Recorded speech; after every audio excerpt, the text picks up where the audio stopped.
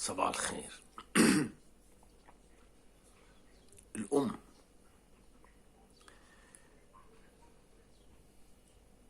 أنا أمي ميتة 14/1/2015. قعدت 15 سنة، الجلوكوما ارتفعت في العين ففقدت بصرها. كانت زي القمر.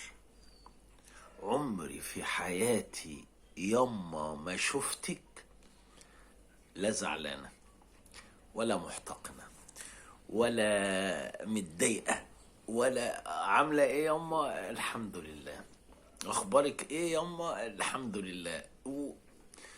وكان عندها سنتين ذهب اللي هم طرابيش قبل اختراع الوسائل الحديثة للأسنان. لما بتضحك الشمس بتطلع من بقها تدفي الكون.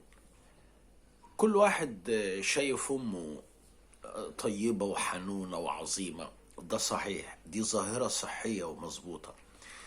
لكن أمي كانت، أبويا كان شديد شوية. كانت لو طلعت تجيب باكو ملح من الشارع اللي ورانا تتوه. كانت لما بتطلع بتحط البيشة اللي هي مكانش حد يشوفها غير بقى لما عجزت بقى وكبرت.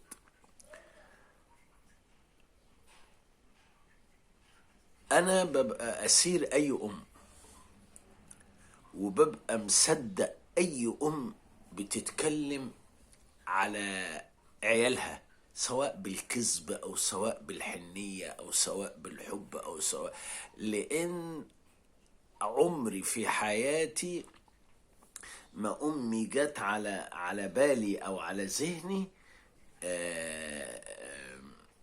يعني قلضمة ولا حصل موقف ولا طيبة. طيبة والبراءة والإنسانية والمحبة الطاغية. الأب عشان سلطة شوية ممكن الواحد شوية يعني عضلات وكده. ومع احترامي الشديد والكامل ل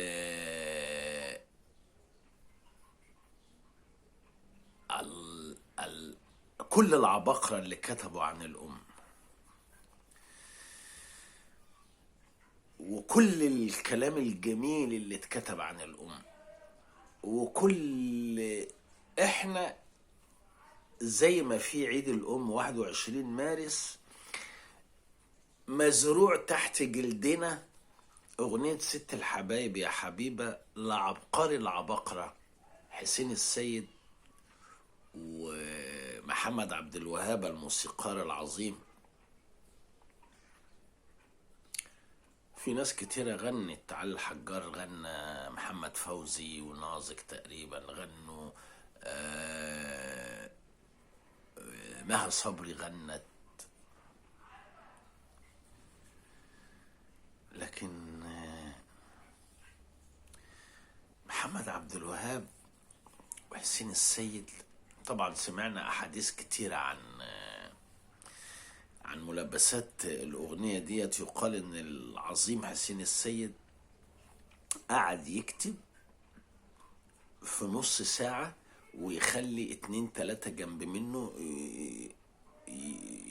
يكتبهم اللي بيجي على دماغه، وبعدين في الآخر عمل كده كومبوزيشن يعني وطلعت الأغنية. طبعا الموسيقار محمد عبد الوهاب بيقول لك مسكها.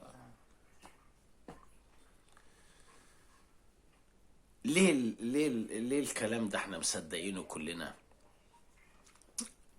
لان في مشاعر تجاه حد انت كارهه، فاول ما بيجي لك بتيجي رصص له طخ طخ طخ طخ. وفي مشاعر لحد انت بتحبه، فبتيجي قاعد طول الوقت بتتكلم كلام يعني حتى هو بيبقى محرج. وفي مشاعر طول الوقت هي تحت الجلد وفي دمك. الأم ديت يعني الأم ديت هي الحالة الإنسانية الوحيدة الغير مسبوقة في تاريخ أي بني آدم. ليا صديق ممثل كبير وعبقري لما بيتكلم على أبوه وبيتكلم على أمه أنا بلاقيه بيتحول. وهو عمل أدوار مرعبة، لكن ما بصدقهوش إلا غير في الحالة دي. قاعد بيتكلم بإجلال وباحترام. الأشقية اللي صاحبتهم والحبسجية اللي صاحبتهم يظل طول الوقت محمد علي كلاي، وعندما يتحدث عن أمه يتحولوا، لدرجة إن في عيال أشقية كتير وحبسجية كتير كاتبين على كتفهم أو دقين أمي. حاجة غريبة جدا. هذا الإحساس الفطري الغير مسبوق هو إحساس أنا يعني مش بعمل حلقة علشان أجيب أغاني عن الأم أو أنا بعمل حلقة علشان أجيب ست الحبايب يا حبيبة، يا أغلى من روحي ودمي، يا حنينة وكلك طيبة، يا رب خليك يا أمي. زمان سهرتي وتعبتي وشيلتي الهم بدالي، ولسه برضه دلوقتي بتحملي الهم بدالي. أنام وتسهري وتباتي تفكري وتيجي من الأذان مش عارف تيجي تشقري، يا رب خليك يا أم. طبعا ربنا يخلي كل الأمهات،